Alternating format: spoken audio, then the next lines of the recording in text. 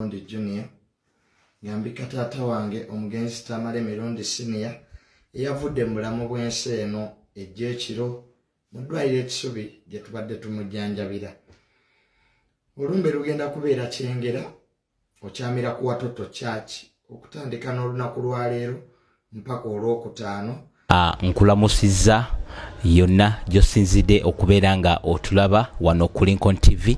Amanya nze Lincoln, amawulire si malungi, amawulire gannaku, embeera ya kiyongobero. Omukulu Tamale Mirundi Senior amaze n'ava mu bulamu bw'ensi eno ekiro ekikeeseza olunaku olwaleero. Tamale Mirundi abadde atawanyizibwa ekirwadde eky'amazzi mu mawugwe. Ekiro ekikeeseza olunaku olwaleero Tamale Mirundi yafiiridde wali mu ddwaliro Ekisubi. Abafamire wamu n'abenganda be basoose okugafulumya Tamale Mirundi nga bwavudde mu bulamu bw'ensi eno. Nga tetunaba kweyongerayo, ngenda kusooka nkuweereze omu ku banywanyi be abeere nga atubuulira kiki kyamanyi ku Tamale Mirundi Senior. Tuviiriddwako omuntu abadde omugaso ku kitundu kyaffe kino ekyalo kye bayita Kirimanyaga.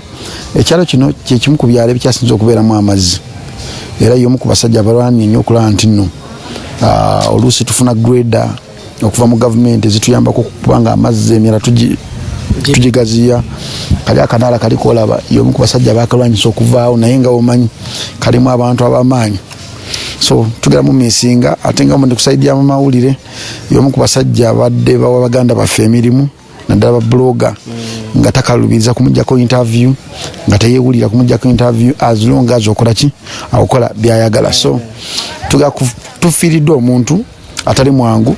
Wetufunira buna mu division twakafiira abantu ab'amaanyi, twafiira even Lagu, ne tufiira Isma, ne tufiirwa omukulu Katolubwama, Katono yazzeeko. N'ekyo nakyo kiri Mukama yagaba era yajjawo. Namumanya ng'omuntu omwogezi, omuwambuzi wa president. Ebiseera ali kavubuka kato nnyo nga mpangisa kalumu kange kamu, naye nga ali mu nsinda nga nange ndi mu nsinda. Ensi gye ndimu entertainment nga tajja nnyo. Ensi eyo ya entertainment ogitandika ogijjamu abizze mu biseera bino nga bamaze omukyusa State House emugobye, president amugobye n'atandika okujja mu nsi eno. Kati si emu ku basajja bojjokera mukiga nti abadde mwangu nnyo okola ekintu ng'omukulembeze nga tekijja mu kabirayo oba mu kategoreyo akulumba. Nze nasooka okumwaka ontinga nga mbukulembeze bwange mu kanaala ako, bajja ne bateekawo akanaala ako, abantu bagamba chairman yalidde ssente. Tugenda okunoonyereza nga omuntu era ssente ate mukulembeze munnaffe ali mu gundi endala n'amuleka. So musajja adde mulwanyi nnyo ate si mwangu akunyomebwa. Olina okubeera omugezi ennyo okumulizoninga out, ate olina okubeera nga oli soba okumusobola n'okumujjako interview. Si kyangu nnyo okujja ku Tamale Mirundi interview, muyinza okutabuka. So olina okuba nga otegedde, ng'omutegedde, ng'omusome, ng'omumanyi, ng'osookera kumakya okuba nga okole ebintu byayagala ne mubeera mu interview nga temwenamina temwesise. So nze ku lwange tugera mu misinga ekisookera ddala nti bakyali baffe bangi nnyo abafuna ssente ku mitimbagano babadde abeezaawo. Ekyokubiri tugera mu misinga abeebunamanya nti ye muntu abadde ayogera ensonga ng'ensonga eyamba ekitundu kye, kubanga ne mukazi we politician, mukazi we mu kisanja kiri kyagwa yali akiikira ku division Wendi, kati saawa zino agenda kukoma mu kalulu akaddako era agenda kuddawo ku division. So tugera mu misinga. Joseph Tamale Mirundi yaliko muwabuzi wa gavumenti mu kitongole ky'ebyamawulire.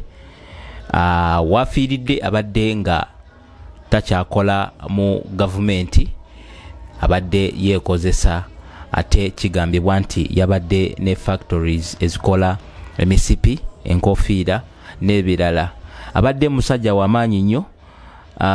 Oyo yabadde omu ku banywanyi ba Tamale Mirundi.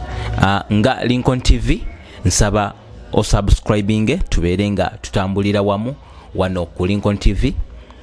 ngenda kuteerako mutabani wa Tamale Mirundi agenda kubeera nga ayitamu programu nga bweri, programu nga bwegenda okubeera nga etambula. Tovaawo.